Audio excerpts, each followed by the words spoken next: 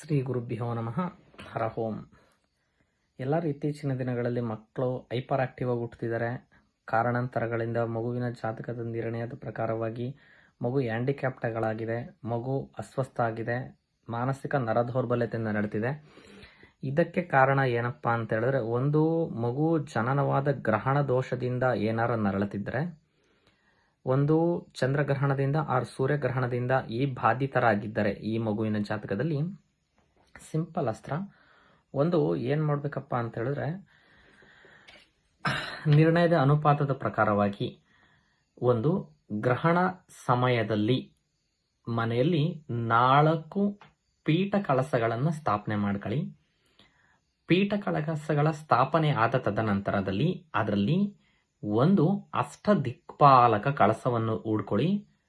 ಇನ್ನೊಂದರಲ್ಲಿ ಬ್ರಹ್ಮ, ವಿಷ್ಣು, ಮಹೇಶ್ವರರ ಕಳಸವನ್ನು ಹೂಡ್ಕೋಬೇಕು.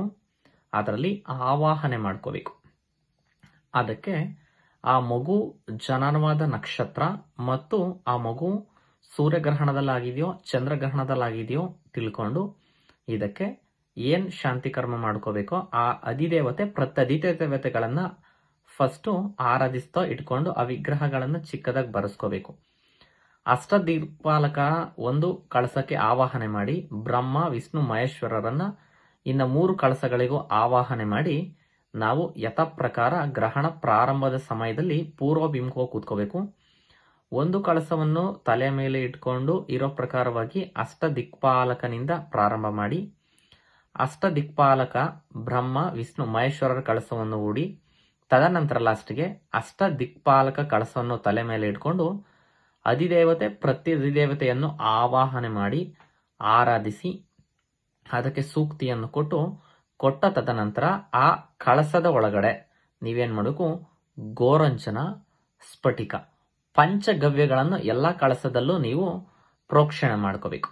ಪ್ರೋಕ್ಷಣೆ ಮಾಡಿ ಆವಾಹನೆ ಮಾಡಿ ಆ ಗ್ರಹಣ ಸಮಯ ಸಂದಿಗ್ಧ ಸ್ಥಿತಿಯಲ್ಲಿ ಕ್ಲಿಯರ್ ಆದ ತದನಂತರದಲ್ಲಿ, ತರ್ಪಣ ಆದ ತದನಂತರದಲ್ಲಿ, ಸೂರ್ಯಗ್ರಹಣ ಆದರೆ ಗೋಧಿ, ರವೆ ಮತ್ತು ತಾಮ್ರದ ಚೆಂಬು ಇಲ್ಲಾಂದ್ರೆ ಕೆಂಪು ವಸ್ತ್ರ ದಾನ ಮಾಡಿ. ಇಲ್ಲ ಚಂದ್ರಗ್ರಹಣ ಆದ್ರೆ ಅಕ್ಕಿ, ಬಿಳಿ ಸಮವಸ್ತ್ರ, ಮೂತುಕದ ಗಿಡ, ಮೂತುಕದ ಹೂವನ್ನು ಇದನ್ನ ಮಾಡಿ ನೀವು ತದನಂತರ ನೀವೇನ್ ಮಾಡಬೇಕು, ಎಲ್ಲಾ ಬಟ್ಟೆನೂ ಅಲ್ಲೇ ಬಿಟ್ಬಿಟ್ಟು ಸ್ನಾನ ಮಾಡಿ ಶಿವನ ಸಾನ್ನಿಧ್ಯಕ್ಕೆ ಹೋಗಿ ದರ್ಶನ ಮಾಡಿ. ಸೂರ್ಯಗ್ರಹಣ ಆದ್ರೆ ತಾಮ್ರದ ತಂಬಿಗೆ ಗೋಧಿಯನ್ನು ತುಂಬಿ ಕೆಂಪು ವಸ್ತ್ರ ದಾನ ಮಾಡಿ. ಚಂದ್ರಗ್ರಹಣ ಆದ್ರೆ ಶಿವನ ದೇವಸ್ಥಾನಕ್ಕೆ ದರ್ಶನ ಮಾಡಿ ಒಂದು ಏನ್ ಮಾಡ್ಬೇಕಂತ ಹೇಳಿದ್ರೆ, ಒಂದು ಬಿಳಿ ಕಾಟನ್ ಬಟ್ಟೆಗೆ ಅಕ್ಕಿಯನ್ನು ತುಂಬಿ ಮೂತುಕದ ಹೂವನ್ನು ಇಟ್ಟು ಶಿವನಿಗೆ ಅರ್ಪಣೆ ಮಾಡೋದ್ರಿಂದ ಮಗು ಇರೋ ಪ್ರಕಾರವಾಗಿ ಹೈಪರ್ ಆಕ್ಟಿವ್ ಆಗಿದ್ರೆ, ಮಾನಸಿಕ ಅಸ್ವಸ್ಥವಾಗಿದೆ, ನರ ದೌರ್ಬಲ್ಯತೆ ನಡೆದ ಗ್ರಹಣದ ದೋಷ ಅಂತಕ್ಕಂಥದ್ದು ಬಂದ್ರೆ ಸಂಪೂರ್ಣ ಕ್ಲಿಯರ್ ಕಟ್ ಚಿತ್ರಣ ಸರಿಯಾಗತ್ತೆ.